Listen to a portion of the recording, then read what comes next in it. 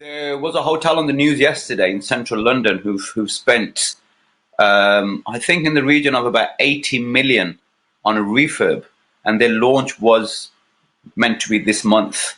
From 400 guests, they were down to 20 guests, and this is in Knightsbridge. Yeah. So for somebody like that, I mean, and that's a live example. The poor CEO seemed very, very stressed yesterday. I'm on the news. What kind of advice would you give someone like that? I mean, they've just gone through a massive refurbishment. Their events have been cancelled. They're not allowed to have guests unless it's people who are of essential services. From 400, they've gone down to 20 guests. They're having to lay off staff. Obviously, staff are being furloughed as well, but there's no guarantee and there's no certainty for a lot of their staff. The kitchen chefs they even interviewed, and they were nervous, and they didn't know, what the next week was going to bring. As an example, what kind of advice would you give to an organization like that about how to move forward and what's to come?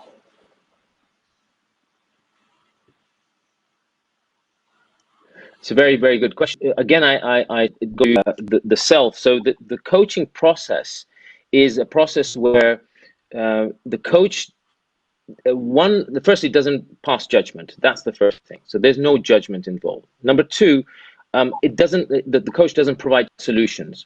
Through deep questioning and inquisitive sort of digging deep into the person's psyche or thinking, you change the mindset and get them to come up with a potential solution to the problem. And it could be linked to the self, as I said. So the process that I would go through would say, okay, what is the scenario? And more importantly, what are the fears involved? What are there's the relations there's obviously the staff that this CEO was probably feeling very responsible for. So it's looking at us and then trying to get some sort of clarity to say, okay, what is the potential options to go forward? What are the options do you think as the expert, because he's the expert in that business, Yes. and get him to come up with the goals. Why? Because if I suggest a target or a goal, it is less likely for my client to actually execute that because it hasn't come from them. Yes, it's because only they understand their business. Sorry, excuse me, I missed that.